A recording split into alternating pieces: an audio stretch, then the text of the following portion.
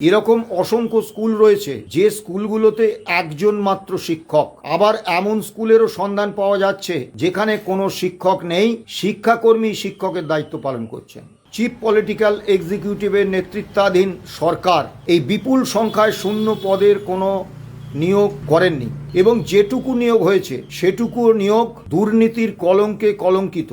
গত 15 বছরে পশ্চিম বাংলায় 15,000-এর বেশি স্কুল বন্ধ হয়ে গেছে। 5,500-এর বেশি স্কুল রয়েছে যেখানে পড়ুয়ার সংখ্যা 30-এর কম। সেই স্কুলগুলোকেও তুলে দেওয়ার চিন্তাভাবনা চলছে। শিক্ষা ব্যবসায়ীদের একটা মুনাফা লোটার একটা মৃগয়া ক্ষেত্র করে দিয়েছেন এই শিক্ষা ক্ষেত্রটাকে সরকার। 2028 সালের 31শে আগস্টের মধ্যে 5 বছরের বেশি চাকরি আছে এমন সমস্ত প্রাথমিক উচ্চ প্রাথমিক শিক্ষক শিক্ষিকাদের টেট পাস করতেই হবে, অন্যথায় তাদের চাকরি হারাতে হবে। কেন্দ্রীয় সরকার সংসদে আইন এনে বিল এনে সেই বিল আইনে রূপান্তরিত করে সুপ্রিম কোর্টের রায়কে অকার্যকর করে দিয়েছে। আমি শ্যামল কুমার মিত্র, সভাপতি, confederation of state government employees. আগামী 1 জুন বৈকাল 5টায় নবান্ন সভাঘরে মাননীয় মুখ্যমন্ত্রী Suvendu Adhikari confederation of state government employees and others versus state of West Bengal and others, অর্থাৎ ডিএ মামলার মামলাকারী 3 respondent, confederation of state government employees, unity forum এবং কর্মচারী পরিষদ, তার সঙ্গে মামলায় আদালত বান্ধব হিসেবে সওয়াল করার সুযোগ পাওয়া সংগ্রামী যৌথ মঞ্চকে একটি বৈঠকে আহ্বান করেছেন, এবং আলোচ্য সূচি নির্দিষ্ট করে দেওয়া আছে ওই মামলার বিষয় এবং মামলায় যে কন্টেম্পট পিটিশন হয়েছে সেই বিষয়ে আলোচনা। স্বাভাবিকভাবে ওই সভায় মাননীয় মুখ্যমন্ত্রী সহ যে মাননীয় মন্ত্রীরা থাকবেন বা পদস্থ আধিকারিকরা থাকবেন, তারা অত্যন্ত ব্যস্ত মানুষ এবং এই সভারও একটা নির্দিষ্ট সময়সীমা তারা বেঁধে দেবেন। ফলে এই আলোচ্য বিষয়ের বাইরের কোনো বিষয় আগামী 1 জুনের বৈঠকে আলোচনা করা যাবে কি না সে বিষয়ে আমরা খুব নিশ্চিত নই। কিন্তু যেদিন এই বৈঠকের কথা প্রকাশ্যে এসেছে সেদিন থেকে সুনামির কায়দায় ফোন আসছে। অসংখ্য কর্মচারী, শিক্ষক, শিক্ষাকর্মী, পেনশনার তারা ফোন করছেন, এমনকি সরকারি কর্মচারী নন, অন্যান্য রাজ্যকর্মী নন, এমন কিছু ব্যক্তি ও সংগঠনও ফোন করছেন। তাদের বিভিন্ন বক্তব্যগুলো অত্যন্ত জ্বলন্ত সমস্যা। মানুষ অসহায় হয়েই আমাদের কাছে অনুরোধ করছেন তাদের বিষয়গুলো মাননীয় মুখ্যমন্ত্রী শুভেন্দু অধিকারীর গোচরে আনার জন্য, সেদিন বলার জন্য। আমি এই বিষয়ে আজকে বিকেলেই একটি ফেসবুক পোস্ট করব, একটা ভিডিও পোস্ট করব। তার আগে যে জ্বলন্ত বিষয়ে গতকাল বিকেল 4টের পর থেকে অসংখ্য প্রাথমিক শিক্ষক শিক্ষিকা তারা ফোন করছেন চরম উদ্বিগ্ন হয়ে, এবং তারা বারবার বলছেন আমাদের এই বিষয়টি দয়া করে মাননীয় মুখ্যমন্ত্রীর গোচরে আনুন। বিষয়টা আমি ব্যাখ্যা করছি। সুপ্রিম কোর্টে একটি মামলা ছিল অঞ্জুমান ইশাদ ই তালিম বনাম মহারাষ্ট্র সরকার। এই মামলায় রিভিউ পিটিশন করেছিলেন বিজেপি শাসিত উত্তরপ্রদেশ সরকার। পশ্চিম বাংলা থেকে এই মামলায় বিবাদী হয়েছিলেন West Bengal train teachers association old. গত 2025 সালের 1 সেপ্টেম্বর 110 পাতার রায়ে মাননীয় মহামান্য সুপ্রিম কোর্ট জানিয়েছিলেন যে প্রাথমিক শিক্ষকদের 1ম থেকে 8ম শ্রেণী পর্যন্ত যারা পাঠদান করেন সেই প্রাথমিক শিক্ষকদের টেট পাস করাটা বাধ্যতামূলক। টেট না পাস করলে তাদের চাকরি খোয়াতে হবে। পশ্চিমবাংলার সার্বিক শিক্ষা পরিস্থিতিটা কোথায়? উচ্চ মাধ্যমিক স্তর পর্যন্ত 3,98,150টি পদ শূন্য। উচ্চ মাধ্যমিক পরবর্তী স্তরে অনুমোদিত পদের 60 থেকে 70% পদ শূন্য। ফলে শিক্ষক শিক্ষাকর্মীর অভাবে সরকারি শিক্ষা পরিকাঠামো আক্ষরিক অর্থে ভেঙে পড়েছে। এই কদিন আগে মাধ্যমিক পরীক্ষার ফল বেরোনোর পরে একটা বিষয় সংবাদ মাধ্যমে খবর হয়েছিল, একটি স্কুলে মাধ্যমিক পরীক্ষা যারা দিয়েছিলেন তাদের মধ্যে 78 জন ফেল করেছেন।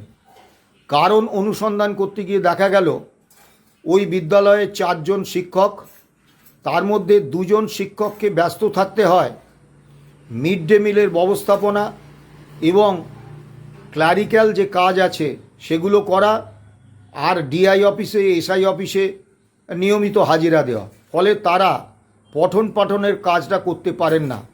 মাত্র 2 জন শিক্ষক এই মাধ্যমিক স্কুলে বিপুল সংখ্যায় ছাত্রছাত্রীদের পড়ান। ফলে স্বাভাবিকভাবে সমস্ত বিষয় বাদ দিন, এই 2 জন শিক্ষকের পক্ষে 5 থেকে 10 পর্যন্ত একটা স্কুলে বিপুল সংখ্যায় ছাত্রছাত্রীদের পাঠদান করানো কার্যত অসম্ভব। অর্থাৎ মাধ্যমিক যারা দিয়েছেন কার্যত কোনো রকম পড়াশোনার সুযোগ না পেয়ে তারা ফেল করেছেন। বেশিরভাগ স্কুলেই এই পরিস্থিতি। এরকম অসংখ্য স্কুল রয়েছে যে স্কুলগুলোতে 1 জন মাত্র শিক্ষক। আবার এমন স্কুলেরও সন্ধান পাওয়া যাচ্ছে যেখানে কোনো শিক্ষক নেই, শিক্ষাকর্মী শিক্ষকের দায়িত্ব পালন করছেন। দীর্ঘ 15 বছর পূর্বতন চিফ পলিটিক্যাল এক্সিকিউটিভের নেতৃত্বাধীন সরকার এই বিপুল সংখ্যায় শূন্য পদের কোনো নিয়োগ করেননি, এবং যেটুকু নিয়োগ হয়েছে সেটুকু নিয়োগ দুর্নীতির কলঙ্কে কলঙ্কিত। ইতিমধ্যেই 25,262 জনের চাকরি বাতিল হয়েছে। প্রাইমারিতে 32,000 চাকরি বাতিল হবে কি না সেই বিষয়টা মহামান্য সুপ্রিম কোর্টে বিচারাধীন। ফলে যে কর্মরত শিক্ষকরাও আছেন যারা দুর্নীতির মাধ্যমে চাকরি পাননি, অথচ এই 32,000-এর মধ্যে আছেন, এই 25,262-র মধ্যে ছিলেন, তারাও কিন্তু মন প্রাণ দিয়ে পঠন পাঠনের কাজটা করতে পারেননি। কারণ সর্বদা একটা দুশ্চিন্তা তাদের গ্রাস করেছে যে আমার চাকরিটা থাকবে তো। গত 15 বছরে পশ্চিমবাংলায় 15,000-এর বেশি স্কুল বন্ধ হয়ে গেছে। 5,500-এর বেশি স্কুল রয়েছে যেখানে পড়ুয়ার সংখ্যা 30-এর কম। সেই স্কুলগুলোকেও তুলে দেওয়ার চিন্তাভাবনা চলছে। সার্বিকভাবে সরকারি শিক্ষা পরিকাঠামো পশ্চিমবাংলায় ভেঙে পড়েছে।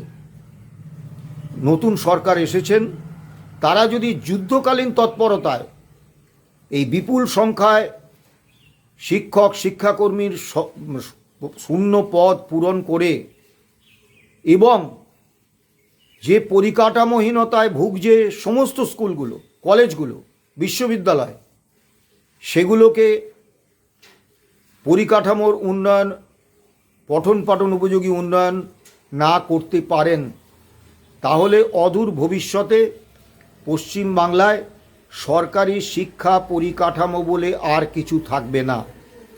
ফলত যেটা হচ্ছে, আপনারা সংবাদ মাধ্যমে প্রায় দেখেন যে যারা প্রাথমিকে ভর্তি হচ্ছে তাদের একটা বড় অংশ প্রাথমিকের বৃত্তি পরীক্ষা বা প্রাথমিকের পরীক্ষা দেওয়ার আগেই, 5ম শ্রেণীতে ওঠার আগেই পড়াশোনা ছেড়ে দিচ্ছেন। আবার যারা মাধ্যমিক উচ্চ মাধ্যমিক স্তরে বহু পড়ুয়া পড়াশোনা ছেড়ে দিচ্ছেন। পরিস্থিতি এতটা করুণ যে কলেজগুলোতে স্নাতক স্তরে যা পদ, তার 37 থেকে 40% পদ পূরণ করা সম্ভব হচ্ছে। বাকি যে পদ সেগুলো পূরণ করা যাচ্ছে না। অর্থাৎ ছাত্রছাত্রীরা কার্যত সরকারি শিক্ষা পাঠ্যক্রম থেকে মুখ ঘুরিয়ে নিয়েছেন বা ঘুরিয়ে নিতে বাধ্য হয়েছেন, এবং অভিভাবিকারা ঘটি বাটি বেচে ঋণ করে তাদের সন্তান সন্ততিদের বেসরকারি শিক্ষা ব্যবসায়ীদের শিক্ষা প্রতিষ্ঠানে পাঠাতে বাধ্য হচ্ছেন। কারণ সন্তানের শিক্ষাটা তো তাদের কাছে অত্যন্ত জরুরি। আমাদের মনে হয়েছে যে পূর্বতন চিফ পলিটিক্যাল এক্সিকিউটিভের নেতৃত্বাধীন সরকার অত্যন্ত পরিকল্পিতভাবে সরকারি শিক্ষা পরিকাঠামোটাকে তুলে দিয়ে অভিভাবকদের বাধ্যতামূলক একটা অবস্থায় নিয়ে এসেছেন, একদম পরিকল্পিতভাবে, যাতে তারা সরকারি শিক্ষা পরিকাঠামোর স্কুলগুলোতে না গিয়ে বেসরকারি প্রাইভেট স্কুলগুলোতে নিজেদের সন্তান সন্ততিদের ভর্তি করতে পারেন। এবং সরকার বলতে দ্বিধা নেই, গত 15 বছরে বেসরকারি শিক্ষা প্রতিষ্ঠান, সে বিশ্ববিদ্যালয় বলুন, সে কলেজ বলুন, সে বিভিন্ন প্রযুক্তিগত বিদ্যালয় বা উচ্চশিক্ষার কেন্দ্র বলুন, সে মেডিকেল কলেজ বলুন, সে ইঞ্জিনিয়ারিং কলেজ বলুন, এমনকি প্রাথমিক স্তরের শিক্ষা, তাদেরকে কিন্তু একেবারে মানে স্পন্সর করেছেন বলা যায়। তাদেরকে উৎসাহ দিয়েছেন, তাদেরকে সুযোগ সুবিধা দিয়েছেন, এবং তারা যে শিক্ষা নামক একটা মানে মৌলিক অধিকার মানুষের, ছাত্রছাত্রীদের, সেই অধিকারটাকে মহার্ঘ পণ্যে পরিণত করেছেন এবং শিক্ষা ব্যবসায়ীদের একটা মুনাফা লোটার একটা মৃগয়া ক্ষেত্র করে দিয়েছেন এই শিক্ষা ক্ষেত্রটাকে, শিক্ষা বা পঠন পাঠন ক্ষেত্রটাকে। এরই মধ্যে গতকাল মহামান্য সুপ্রিম কোর্টের মাননীয় বিচারপতি দীপঙ্কর দত্ত এবং মাননীয় বিচারপতি মনমোহন তাদের 17 পাতার রায়ে যে কথাগুলো বলেছেন, তাতে প্রথম থেকে অষ্টম শ্রেণী অবধি প্রাথমিক শিক্ষক শিক্ষিকারা চরম অনিশ্চয়তার মধ্যে পড়েছেন। কি বলা হয়েছে আমি আগে সেই বিষয়টা বলি। 1 নম্বর, 2028 সালের 31শে আগস্টের মধ্যে 5 বছরের বেশি চাকরি আছে এমন সমস্ত প্রাথমিক উচ্চ প্রাথমিক শিক্ষক শিক্ষিকাদের টেট পাস করতেই হবে, অন্যথায় তাদের চাকরি হারাতে হবে। দ্বিতীয় বিষয় হচ্ছে, 5 বছরের বেশি চাকরি আছে এমন প্রাথমিক উচ্চ প্রাথমিক শিক্ষকদের টেট পাস করতেই হবে, না হলে চাকরি থাকবে না। আর 5 বছর বা তার কম চাকরি আছে এমন প্রাথমিক শিক্ষক শিক্ষিকাদের পদোন্নতি হবে না যদি তারা টেট পাস না করেন। যাদের 5 বছর বা তার কম চাকরি আছে তারা শেষ কর্মজীবনের শেষ প্রান্তে এসে একটা পদোন্নতি পেলে তাদের পেনশনের ক্ষেত্রে কিছুটা সুরাহা হয়, সেই সুযোগটাও বন্ধ করে দিয়েছেন। এখন এইটা কি হঠাৎ করে এই রকম একটা বিপর্যয় প্রাথমিক শিক্ষকদের উপর নেমে এলো? না, দীর্ঘদিন ধরে মামলা চলছে। 2025 সালের 1 সেপ্টেম্বর 110 পাতার রায়ে নির্দেশ দেওয়া হয়েছিল, রায় দেওয়া হয়েছিল, মহামান্য সুপ্রিম কোর্ট দিয়েছিলেন যে 2025 সালের 1 সেপ্টেম্বরের 2027 সালের 31শে আগস্টের মধ্যে এই যে নির্দেশ বর্তমান বেঞ্চ দিয়েছেন সেই নির্দেশই তারা দিয়েছিলেন। মূল মামলাটা ছিল অঞ্জুমান ইশাদ তামিল বনাম মহারাষ্ট্র সরকার। এই মামলায় রিভিউ পিটিশন দাখিল করেছিলেন উত্তরপ্রদেশ সরকার। বিবাদী হয়েছিলেন West Bengal trained teachers association old. এই West Bengal trained teachers association old এনাদের বক্তব্য ছিল যে 2010 সালে শিক্ষার অধিকার আইন আনা হয়, জাতীয় শিক্ষার অধিকার আইন, যে আইনে টেট পাসকে প্রাথমিক শিক্ষক শিক্ষিকা হিসেবে নিয়োগের বাধ্যতামূলক শর্ত হিসেবে বলা হয়। 2010 সালের আগে যারা চাকরিতে নিয়োগ পেয়েছেন তারা তৎকালীন সময়ের যে আইন, সেই আইন অনুসারে পিটিটিআই পাশ করেছেন, 2 বছরের ডিপ্লোমা ইন এলিমেন্টারি এডুকেশন করেছেন, উচ্চ মাধ্যমিকে ন্যূনতম 50% নম্বর পেয়েছেন। তারপর 2010 সালের আগে যে নিয়োগ প্রক্রিয়া ছিল, আইনি নিয়োগ প্রক্রিয়া, সেই নিয়োগ প্রক্রিয়ার মাধ্যমে শিক্ষকের চাকরি পেয়েছেন, শিক্ষক শিক্ষিকার চাকরি পেয়েছেন। এখন প্রশ্ন হচ্ছে 2010 সালের আগে যারা শিক্ষক শিক্ষিকা হিসেবে নিযুক্ত হয়েছেন তাদের ক্ষেত্রে টেট পাসকে বাধ্যতামূলক করছেন মহামান্য সুপ্রিম কোর্ট কোন যুক্তিতে? এ তো কাজের বিচার হয়ে যাচ্ছে। আমরা অল্প কদিন আগে এই খবর দেখেছিলাম যে ত্রিপুরায় বিজেপি সরকার 2018 সাল থেকে নতুন পেনশন স্কিম চালু করেছেন, পুরনো পেনশন স্কিম বাতিল করে। আমরা আতঙ্কিত হয়ে পড়েছিলাম। সারা ভারতবর্ষে 6টি বাদে সমস্ত রাজ্য সরকারি এবং কেন্দ্রীয় সরকারি কর্মচারীদের কাছে প্রধান সমস্যা হচ্ছে যে 2004 সালে অটল বিহারী বাজপেয়ী এবং মমতা ব্যানার্জির যৌথ সরকার, জোট সরকার, তারা নতুন পেনশন স্কিম এনেছিলেন পুরানো পেনশন স্কিম বাতিল করে। নতুন পেনশন স্কিম আর পুরানো পেনশন স্কিমের মধ্যে পার্থক্যটা কি? পুরাতন পেনশন স্কিমে অবসরের পরে রাজ্যকর্মী এবং কেন্দ্রীয় কর্মীদের সামাজিক সুরক্ষার দায়িত্বটা সরকার নিতেন এবং এমনি এমনি বিনা পয়সায় নিতেন না।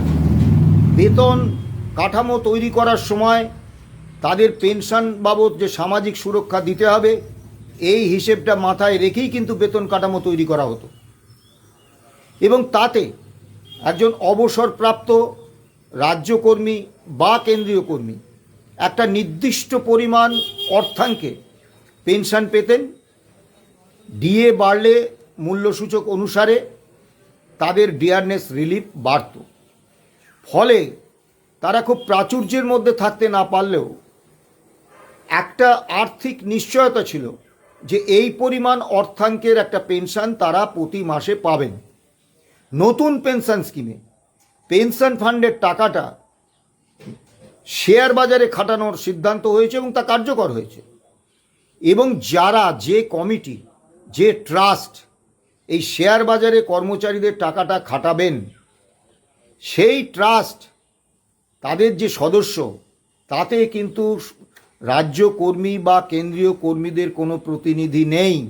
অর্থাৎ এই ট্রাস্টে তারা কর্মচারীদের প্রতিনিধিরা বলার সুযোগ পাচ্ছেন না যে কোন শেয়ার কিনে কর্মচারীদের পক্ষে লাভবান হবে পেনশনের পক্ষে, সেই মতামতটা জানানোর। এবং স্বাভাবিকভাবে শেয়ার বাজারে চূড়ান্ত অনিশ্চিত একটা পরিস্থিতি, সেই অনিশ্চিত পরিস্থিতিতে কত পেনশন পাবে পেনশনাররা এর কোনো নিশ্চয়তা নেই। তা ত্রিপুরায় বিজেপি সরকার 2018 সাল থেকে কার্যকর এই নতুন পেনশন স্কিম করে দিয়েছেন। এখানেও আমরা প্রশ্ন তুলেছিলাম যে 2026 সালে এসে যে সিদ্ধান্ত সরকার নিচ্ছেন, সেই সিদ্ধান্ত স্বাভাবিকভাবে 2026-এর পরে যারা চাকরিতে নিয়োগ পাবেন তাদের ক্ষেত্রে প্রযোজ্য হবে। কিন্তু 2026-এর প্রায় 7 বছর আগে 2018 থেকে তা কার্যকর হবে কেন? এবং এটা যদি আইন গ্রাহ্যতা পায় তাহলে তো এর পরে যে কোনো সিদ্ধান্ত কর্মচারীদের ক্ষেত্রে বিভিন্ন সরকার নেবেন বহু পুরনো বছর থেকে। কিন্তু একটা ভয়ঙ্কর পরিস্থিতি এবং বলতে দ্বিধা নেই, অটল বিহারী বাজপেয়ীর নেতৃত্বাধীন বিজেপি সরকার চলে যাওয়ার পরে 10 বছর বাম সমর্থিত কংগ্রেস নেতৃত্বাধীন ইউপিএ সরকার এসেছেন, তারাও পুরাতন পেনশন পলিসি ফিরিয়ে আনেননি। আবার তারপরে নরেন্দ্র মোদীর নেতৃত্বাধীন বিজেপি সরকার এসেছে, তারাও এই পেনশন স্কিম ফিরিয়ে আনেনি। নরেন্দ্র মোদীজির নেতৃত্বাধীন কেন্দ্রীয় সরকার গত 2023 সালের 21শে মার্চ যখন কেন্দ্রীয় কর্মচারীরা সমস্ত সংগঠন মিলে পুরাতন পেনশন স্কিম ফিরিয়ে আনার দাবিতে আন্দোলন করছিলেন যৌথ মঞ্চ তৈরি করে, সেই সময় 21শে মার্চ 2023 কেন্দ্রীয় সরকার একটা ভয়ঙ্কর প্রশাসনিক আদেশনামা নামিয়ে আনেন। কেন্দ্রীয় সরকারের কর্মীবর্গ বিভাগ এই প্রশাসনিক আদেশনামা বার করেন, যাতে বলা হয় পুরাতন পেনশন স্কিম ফিরিয়ে আনার দাবিতে কোনো আন্দোলন, কোনো মিছিল মিটিং, কোনো পোস্টারিং, কোনো প্রচার, কোনো গোসলো, ধর্মঘট ইত্যাদি করা যাবে না। করলে সেগুলোকে চাকরিবিধি অনুসারে ভয়ঙ্কর চাকরি শর্তের লঙ্ঘন হিসেবে ধরা হবে, শাস্তিমূলক ব্যবস্থা নেওয়া হবে, প্রয়োজনে চাকরিও যেতে পারে। এইরকম একটা ভয়ঙ্কর আইন নরেন্দ্র মোদী সরকার 21শে মার্চ 2023 এনেছেন, বিধি আদেশনামা, এবং সেটা আজও কার্যকর আছে। এবারে আমি মূল বিষয়ে ফিরে আসি। West Bengal trained teachers association old যে বক্তব্য উপস্থাপিত করেছেন, সেই বক্তব্য কিন্তু অত্যন্ত যুক্তিযুক্ত, যে 2010 সালে সরকার নিয়ম করলেন টেটটা বাধ্যতামূলক। 2010 সালের আগে যারা নিয়োগ পেয়েছেন তাদের ক্ষেত্রে টেট বাধ্যতামূলক ছিল না। তারা সেই সময়ের নিয়োগ প্রক্রিয়া, সরকারি নিয়োগ প্রক্রিয়ায় যোগ্যতা প্রমাণ করে প্রাথমিক শিক্ষক বা শিক্ষিকা হিসেবে চাকরি পেয়েছেন। তাহলে তাদের ক্ষেত্রে টেট পাস কেন বাধ্যতামূলক হবে? দ্বিতীয় বিষয়টা হচ্ছে যে এতদিন পর্যন্ত সরকার এই বিষয়ে শিথিলতা দেখিয়েছেন কেন, কি কারণে? এবং এই রায়ের ফলে বলতে দ্বিধা নেই, প্রথম থেকে অষ্টম শ্রেণী পর্যন্ত পঠন পাঠনের কাজ করেন এরকম প্রাথমিক শিক্ষক শিক্ষিকারা একটা চূড়ান্ত অনিশ্চিত অবস্থার মধ্যে পড়ে গেলেন। একটা জিনিস মাথায় রাখতে হবে, যে মাননীয় বিচারপতিরা রায় দিচ্ছেন, সেই মাননীয় বিচারপতিদের যদি বলা হয় আপনারা আজকে মাধ্যমিক পরীক্ষায় বসুন বা আপনারা আজকে কোনো প্রতিযোগিতামূলক পরীক্ষায় বসুন, বসে আপনাদের সাফল্য দেখান, তারা কতটা পারবেন আমার এ বিষয়ে যথেষ্ট সন্দেহ আছে। কারণ হচ্ছে একটা নির্দিষ্ট পেশায় যুক্ত হয়ে যাওয়ার পরে সেই পেশার সঙ্গে সংশ্লিষ্ট বিষয়ে যে কোনো পেশাদার মানুষ তারা নিজেদেরকে উন্নীত করেন, সেই পেশার সঙ্গে সংশ্লিষ্ট বিষয়ে তারা জ্ঞান অর্জন করেন, সেগুলো নিয়ে বিভিন্ন বিষয়ে পড়েন, নিজেদেরকে সমৃদ্ধ করেন। কিন্তু প্রতিযোগিতামূলক পরীক্ষায় একেবারে চাকুরি জীবনের শুরুতে তারা মানসিকভাবে যে অবস্থায় ছিলেন, শারীরিকভাবে যে অবস্থায় ছিলেন, চাকুরির মধ্যকালে বা শেষ দিকে সেই অবস্থায় থাকেন না, এবং দীর্ঘ সময় তারা পঠন পাঠনের প্রাথমিক শিক্ষক শিক্ষিকারা তারা পঠন পাঠনের কাজটাই করে এসছেন, আর ওই মিড ডে মিল খাইয়েছেন। তাদের পক্ষে কিন্তু নতুন করে টেট দিয়ে তাতে পাশ করার মধ্যে যথেষ্ট অনিশ্চয়তা আছে। এবারে দুঃখের বিষয় হচ্ছে গতকাল বিকেল থেকে আজ পর্যন্ত আপনি দেখছেন এই ভিডিও করছি, একটার পর একটা ফোন কাটছি, অসংখ্য প্রাথমিক শিক্ষক শিক্ষিকা ফোন করছেন, দাদা 1 জুনের বৈঠকে অন্তত মাননীয় মুখ্যমন্ত্রীর কাছে এই আমাদের এই অসহায় অবস্থাটা তুলে ধরুন। মুশকিল হচ্ছে কোনো রাজনৈতিক দল কিন্তু এই অনিশ্চিত অবস্থায় চলে যাওয়া প্রাথমিক শিক্ষক শিক্ষিকাদের পাশে নেই। যদিও কর্মচারী বা শিক্ষক শিক্ষাকর্মী সংগঠনের ছদ্মবেশে বিভিন্ন রাজনৈতিক দলের যে গণসংগঠন কর্মচারী বা শিক্ষক শিক্ষাকর্মীদের মধ্যে কাজ করেন, তারা একেবারে মানে কি বলবো বলগাহীনভাবে বলে চলেছেন তারা এই প্রাথমিক শিক্ষক শিক্ষিকাদের সঙ্গে আছে, কেউ নেই। কেউ নেই। যদি থাকতেন তাহলে এই যে West Bengal trained teachers association old যেভাবে এই মামলায় যুক্ত হয়েছিলেন, পশ্চিম বাংলার প্রতিটি প্রাথমিক এবং উচ্চ প্রাথমিক শিক্ষক শিক্ষিকাদের সংগঠন তারা এই মামলায় যুক্ত হতেন। এবার রাজনৈতিক দলগুলোর বিষয়ে আসে। মাননীয় ধর্মেন্দ্র প্রধান, তিনি কেন্দ্রীয় শিক্ষামন্ত্রী। তিনি পশ্চিমবাংলার বিধানসভা নির্বাচনের আগে প্রতিশ্রুতি দিয়েছিলেন যে এই যে টেট পরীক্ষা বাধ্যতামূলক হওয়ার ফলে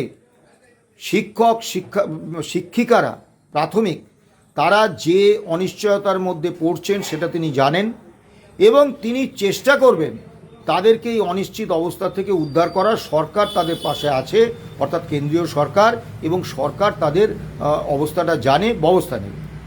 এবং এই রায়ের ফলে সারা দেশে 30 লক্ষেরও বেশি প্রাথমিক শিক্ষক শিক্ষিকারা চূড়ান্ত অনিশ্চয়তার মধ্যে পড়ে গেলেন।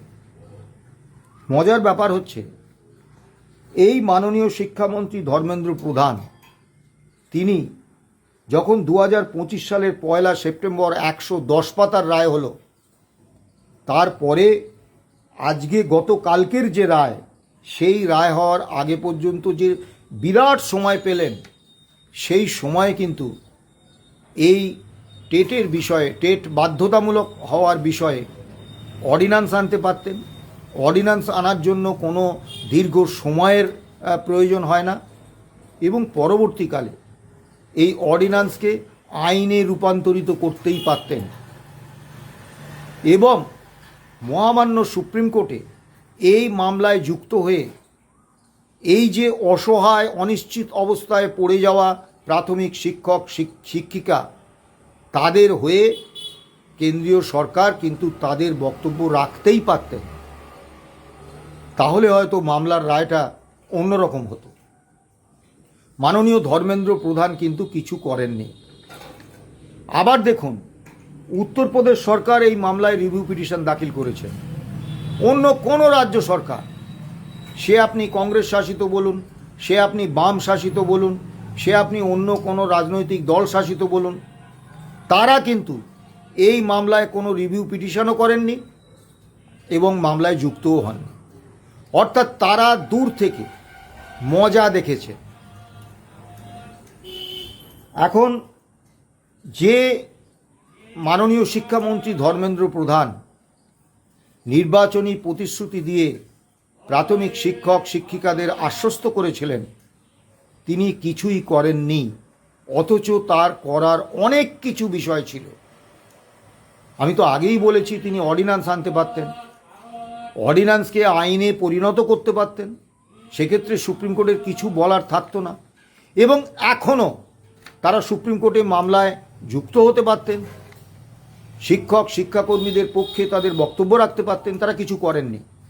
এখনও কিন্তু কেন্দ্রীয় সরকার একটা বিরাট ভূমিকা নিতে পারে।